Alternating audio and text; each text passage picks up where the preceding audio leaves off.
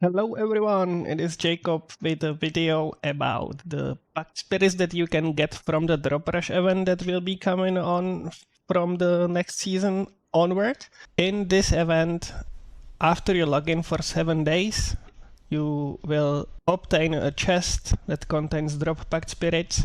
So you will be able to choose from 9 drop Pactspirits, and in this video I will try to give you sort of a tier list of which one to focus on. In this video I will focus on new players, so on the people that do not have any of the Pactspirits yet and are looking for sort of a guideline of which one would bring them the most value for only having them. With that said, this would be the tier list for the people that are not interested about me yapping around why and what the Pactspirits actually do. Now let's hop into the video. I will go over the Pactspirits and why do I think that the right order would be this one. In general, if you play for the game for like 1 or 2 seasons, you should have a general idea of which gameplay mechanics you like to do and which one you don't. And my recommendation for new players with this knowledge, just choose the mech that you like to do and then just get the Pactspirit for it, because generally all the farming strategies and all the mechanics can make you decent flame elementium income, because each of the mechanics provide you with different source of different materials that people need to improve different parts of their build, so all the materials are valuable. Let's hop into the game and I will go over the Pactspirits here.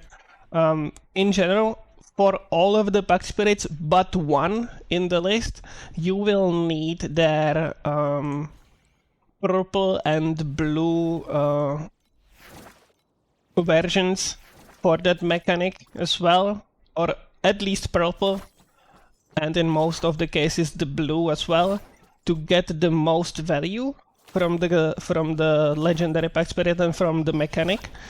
So if you are new to the game and you know that you like a mechanic, just go into the boon section here, and if the mechanic Pactspirits are not in this list, for example for now here is the Desert Moon one, try checking the memory here, Pactspirits, and check if you can pull the Pactspirits that you are missing out here. Like you can get Canvas, you can get Nightmare, you can get Cube, Mistful, and this one is Eterna, this one is Dolls, and this one is for Arcana. That's the list for now. The list might change in the future, so just check if you can get the Pactspirits from here. We will be getting Black Cell memory Pactspirits here as well in the next season, so you will be able to get Black Cell, but that's the only Pactspirit that do not require you to actually have the purple one and the blue one. Now, why the purple ones and blue ones are so important, that is what I will show you here. So for example, if I go to Arcana, you would definitely want to get the purple and blue ones for that mechanic as well. And until you do not have these on 6, I wouldn't recommend anyone picking the legendary Pactspirit for it, because you want to roll for these two first from the memory packs or from the event packs until you get them to 6, and if it happens for some reason that you get both on 6 and you still do not have the legendary one, then pick the one from the chest. The only exception in that is actually the Black Cell, because the purple one and the blue one in the Black Cell only gives you extra quantity pretty much. But the main reason why you would be picking the Black Cell legendary Pactspirit is the chance to double the effect of Seal Whispers, which you pick from at the end of the map. And that's why you are picking this one. And that's also the reason why in this tier list for new players I'm putting this Pactspirit to the first place, because you do not need anything else for the Pactspirit to bring you the most value. And in general, you will want to play Black Sail early in the season, because everyone needs to upgrade their memories. Everyone needs a good memory basis. And you also will need to upgrade your own memories. So in general, what I tend to do is I farm Black Sail until I'm able to up my memories to the max level. And then I start selling the materials that I get after that. Because once you get your memories to max level and you want to upgrade to new memories, you can simply dissolve your old memories and you get all the materials that you've put into them back. So you are able to upgrade the new memories you get to the max level right away. So in my opinion, this one would be the highest value if you don't have any other Pactspirits on your hand. The second one to pick for me would be the Shepherd, because in that mechanic, the mechanic is a dedicated source of dream talking materials, which people use for dream interpretations on items. Those are the blue mods on items that give you like curse enemies on hit and such things. It's my duty Can to give you a cleanse few all examples evil from and my gear. impurities. Would be like this trigger level X curse ring, or this trigger another curse, aura effect. Basically the items that you can find on marketplace that have this flower icon on them as a dream interpretation. The dream talkings actually go up in value throughout the season because people are getting better items and they need to roll better interpretations on them. Now, what the Pact Spirit does, it gives you a chance to get a bubble in the mechanic to drop when you defeat a nightmare route. So it basically increases your income from the mechanic in general. And that's what the purple and blue Pact Spirit provide you with as well if you get them to level 6. So you want to get your purple and blue Pact Spirits first. So you want to roll for them in the memory first, this one. And once you have them on 6, and you still do not have your Shepherd, then pick the Shepherd from the chest. Now the third Pact Spirit to choose from the chest for me would be the Cube Pet. You do not really need to get the purple and blue one for this one, because most of the times you are not farming only for the cube in the farming strategies. You are combining cube with some other strategy as well. So you can boost the other strategy with a different Pact Spirit set and then just swap to Hard Binding Rose when you are opening the cube. The purple and the blue Pact Spirit here, the only thing that they provide to the cube is that you get more Divinity Stones drops. So you have more rolls in the cube at the end of the map. But for that to happen is that you would have to use the full set for the cube throughout the map. But as I said before, most often you will farm something else throughout the map and use the Hard Binding Rose at the end just to double the reward. The mechanic is used to farm plates and transcendent wedges, which are the materials to get you here in the talent window, Statue of the God. Here you put your slates, so you are farming for a better slate basis, and you are also farming the materials to actually upgrade the slates themselves. Fourth Pact Spirit on the list for me would be the canvas one. That is the first one that is completely out of the map content. You want to get the purple and the blue one first, so go to the boon memory Pact Spirits and roll this one until you get the blue and the purple one to 6.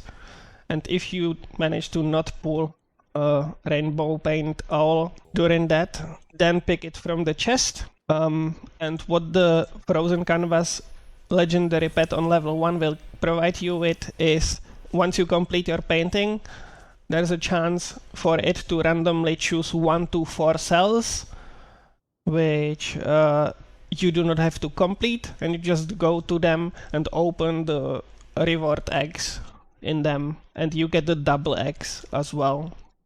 on those specific tiles. Frozen Canvas is a dedicated source of special skill supports. It also provides plenty of other materials from other mechanics, because you will encounter most of the mechanics in this mechanic as well. And the special skills I'm talking about are these like slot 3 and slot 5 supports, which exist for most of the skills that you will be using. How I use Frozen Canvas is either early on, if you manage to get to tier 8 quickly, it is easier to farm Frozen Canvas on tier 8 plus than it is to farm maps, so you can start farm tier 8 content early, and you should be able to sustain the entry cost for this mechanic. So I use this mechanic as the fallback thing when I run out of currency to run my other farming strategies. On position number 5 in my list, I would put the Monument Knight. You want to get the purple and the blue one as well, so you want to pull these two to level 6 until you get your legendary from the chest. What they provide you with is a chance to give you more reward rooms throughout the Eterna mechanic. In the Eterna mechanic, you will farm all sorts of materials, and we should be able to farm a lot more embers, which are crafting materials for rare items. If you like the Eterna mechanic gameplay, which is also out of map gameplay, these pets would be my number 5 on the list. Now, for number 6 on the list, I have the Sandal pet, Moonshadow Guide. For this one, I would also prefer to have the purple and the blue ones first. So once the banner gets there, try to pull the purple and the blue one first. But if you only would get the Moonshadow Guide, it would provide you with a chance to replicate rewards, which is definitely valuable. What's nice about this mechanic is that you can build your entire farming strategy, and then if you have like 2, 3, or 5 extra points, you just put them into a chance to get the Sandlord mechanic into your map, and you can use this mechanic as an extra income on side of whatever you are doing. So it is sort of a passive income with a little bit of setting up and such. You basically set a town that farms currency for you. With only the legendary pet, you would have a chance to double your rewards. So this one definitely worth having on level 1. If you can get the purple and the blue ones eventually, would also increase the rewards you get from this additional mechanic that you can add to anything that is connected with running maps. So yeah, extra income here. I have it on number 6 because the income is not particularly huge, but every now and then you can get an item that sells for hundreds or thousands of FEs, which is every now and then a nice extra injection of FEs for an upgrade to any build. Now for number 7 in my newbie list for level 1 Pactspirits would be a Mistful one. This Pactspirit set, you definitely want to get the purple one and the blue one to level 6 also before getting this one. But why I put it so low is that the knowledge floor that you need for this mechanic is too high to get consistent rewards from it, on top of all the other mechanics that you need to know to be able to farm in the game efficiently. Because for me personally, this mechanic has too many items in it to be able to farm it on a consistent level to get the highest rewards from it. You are basically a detective that completes boards, like playing mines in Windows. So yeah, if you like the mech, definitely can make a huge income, because this mechanic is a source of medium activation support skills, which some of them are crazy high in value if you manage to get them, but for the higher value ones, you need to complete this mechanic on higher levels, and to be able to complete them on higher levels consistently, you need to have enough knowledge about the mechanic itself. So for new players, I do not recommend getting this one, but try the mech without the pets.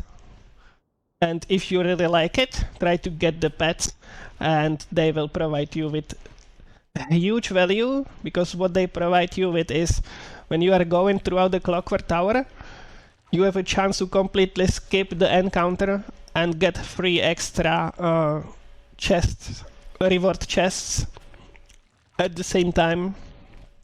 So yeah, they will allow you to go through the mechanic faster and give you extra loot while doing that. Now I'm getting to the last 2 spots in the list. I'm putting Jestress this low because you definitely want to get the purple and the blue one as well, because you are using those only during the mechanic. Since running the mechanic is not particularly cheap, or it was not particularly cheap in the past, I expect it to be high price to run the mechanic in the future as well. So for this one, on level 1, I don't think that the Pactspirit brings you enough value for you to be able to run the mechanic efficiently. Once you get her to level 3, it is sort of okay. Once you get her to level 5, she becomes a beast, and you can make a lot of currency with it. And if you eventually put her to level 6, yeah, you have triple chests almost 40% of the times. So yeah, but on level 1, I would not recommend getting this one. But if you are rolling for the 6s and you manage to put 2, and you can get a third one from the chest, then definitely go for it, because the mechanic can make you a really nice income. The mechanic is used to farm destinies and kismets. Those are the things that you use to override your Pactspirit nodes here. So for the big ones we have kismets here, and for the small ones you can actually alter your Pactspirit tree with them. Now for the last one on the list, I have Alice, and that's because you want to at least get the purple one to level 6 before getting her. And for her to shine in a compass farming strategy is you need to combine her with Doro Doro, which is this one. So you want to get Alice, you want to get the purple one from Alice as well, and then you want to get Doro Doro. And once you have these 3, you can make insane amount of currency farming compasses and dolls. But if you only have Alice, the value is not that high. Basically, what she provides you with, in combination with the purple one, is a chance to double the rewards you get at the end of the doll mechanic, and that's it. So if you manage to roll double compasses at the end, and Doro Doro starts to like spawning you extra chests while the compasses are dropping, that's where all the loot explosions come from. So yeah, I'm putting Alice last just because she requires another legendary Pactspirit to really shine. But other than that, farming strategies with her are really strong if you like the mechanic. And that's it for my list. I hope you people find it helpful. If you do, leave the video a thumbs up, and I will see you in the next one. Bye!